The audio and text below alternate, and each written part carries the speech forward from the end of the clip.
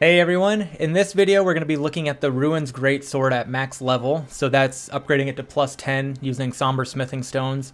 Starting off, I will do a comparison of what the base weapon looks like compared to plus 10 and look at those stats. Then we'll go into some general damage output based off the various attacks that it does, as well as the unique skill that it comes with, Wave of Destruction.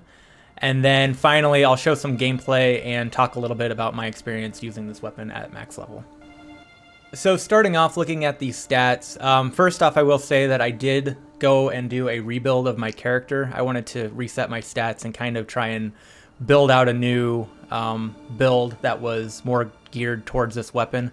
So I thought it'd be interesting. It'll be sort of three comparisons. I'm going to show the base level and then also two versions of the plus 10. So the first plus 10 will be what my character looked like previously, and then finally what it looks like now after I reset my stats and sort of built it specifically for this weapon. So we'll look at that now. So here we are looking at three different views of the weapon. The far left is the Ruins Greatsword at base level. The middle section is the Ruins Greatsword at plus 10 on my previous build, and then on the far right is the Ruins Greatsword at plus 10 after I rebuilt my character specifically for this weapon. So starting off, comparing the base level versus the plus 10, we can see in terms of damage it jumps up from the physical 124 up to 303, and then the magic jumps up from 37 to 90. One thing that's really cool about this weapon is you can see that at plus 10 it gets an S scaling for strength. So it was already pretty good at a B, but by upgrading this all the way to max level, you get that up to an S, which is pretty awesome. And then for the intelligence scaling, it starts at an E, and now that is at a D. So comparing the two plus 10 swords, the main difference I did really was I essentially just shifted all of my dexterity over to strength. So I was at 38 dexterity, 68 strength. And after the adjustment, I dropped that to 15 dexterity and 88 strength. So I went super strength heavy, primarily because of that S scaling. And you can see that that changed the damage output of the 303 on the physical, and I get that plus 504, where previously it was 442. So not a super drastic change, but still getting an extra 60 damage there on the physical side by really doing just a super strength heavy character build for this weapon. Moving on to damage, we'll go through the standard attacks in both single-handed and two-handed so you can see the different damage outputs of those. So currently we're in single-handed and starting off with a regular attack combo. Does 1534, and now we'll do the heavy attack combo.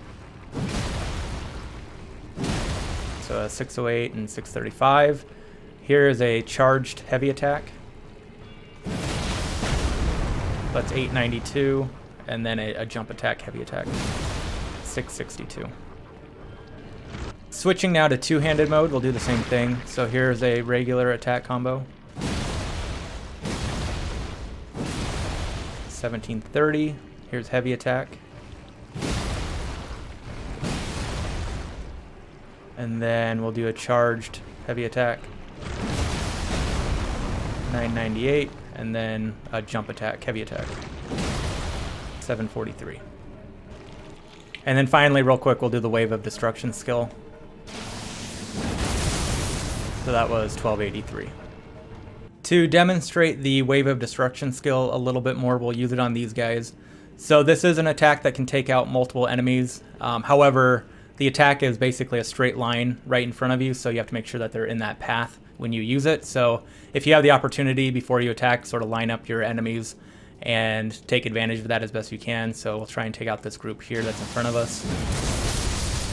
And it does, as you can see, quite a bit of damage to take out a group. As long as they're in that path, it can be pretty effective. I've been using it on just like one-on-one fights as well as sort of an introductory move. You can see that what's really nice too is it'll knock people over like that, and then you can follow up and take them out that way. Get some more focus points here. So I actually found myself using that move quite a bit and kind of regretted not putting more points into focus.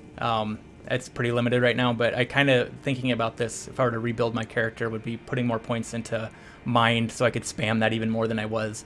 It can be really effective as a ranged attack.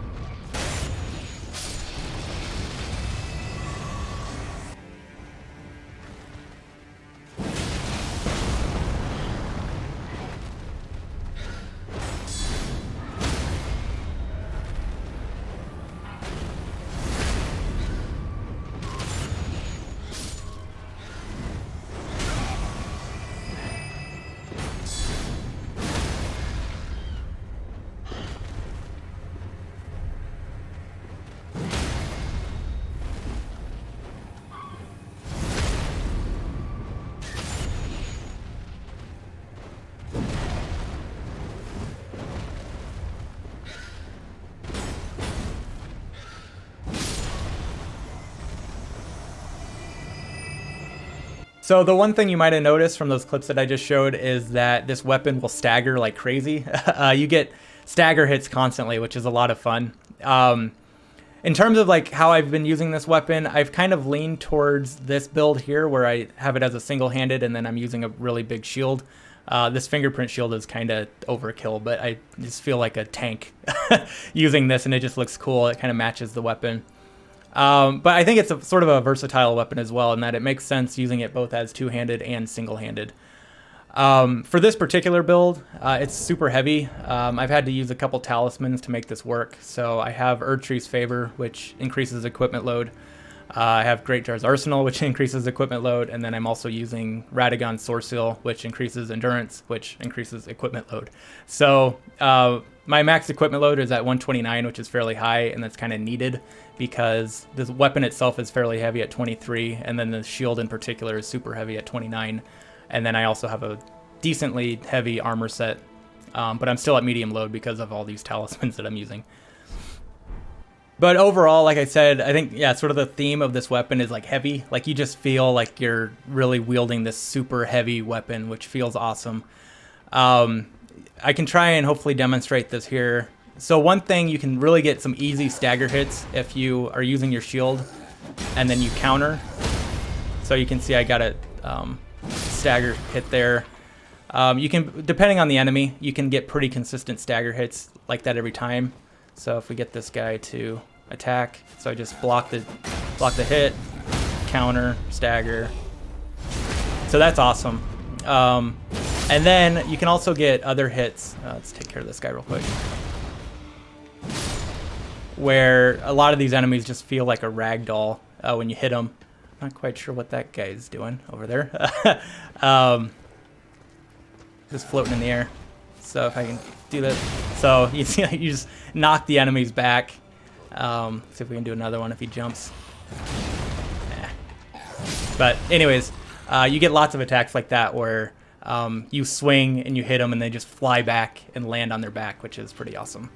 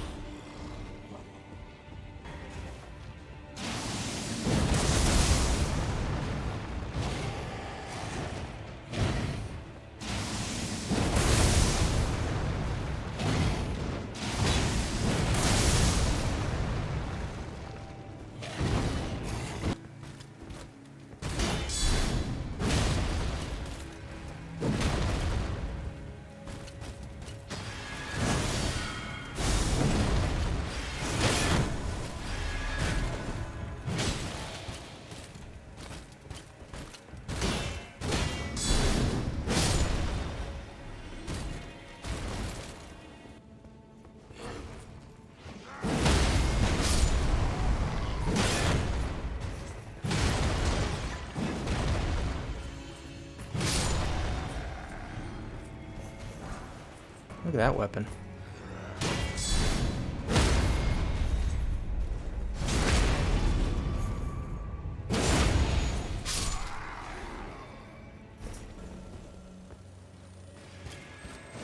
Oh boy.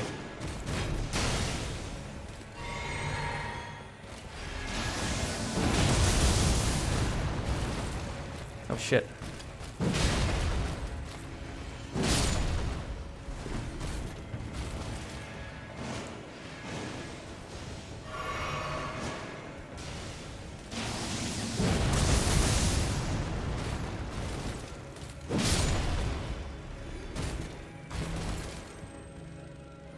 So overall, I enjoyed using this weapon quite a bit at max level. I think it's a great option for those that want to have a very strength-focused build with, you know, sort of that tanky, heavy armor, heavy weapon type situation. I think this fills out that role pretty well.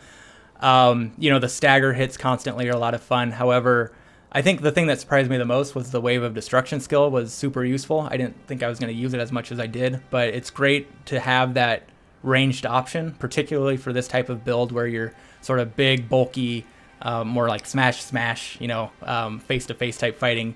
This also opens up that ranged option as well, which was really useful, not for just taking out groups of enemies, but one-on-one fights where you can start the fight with that Wave of Destruction skill, use that like 2 or 3 times if you can get it off, and then by the time you're face-to-face, they're already at like half health. So really good for one-on-one. That goes along with, you know, using it in boss fights as well. So was surprised at how useful that skill was, and I enjoy it quite a bit. But yeah, wrapping things up, I think it's a fun weapon if you're looking for, again, that heavy feel and just really big, powerful weapon. I think this is a good choice. So hopefully this helps you decide if you want to invest your Somber Stones in getting this up to +10, and I'll leave it at that. So thanks for watching, and we will see you later. Bye.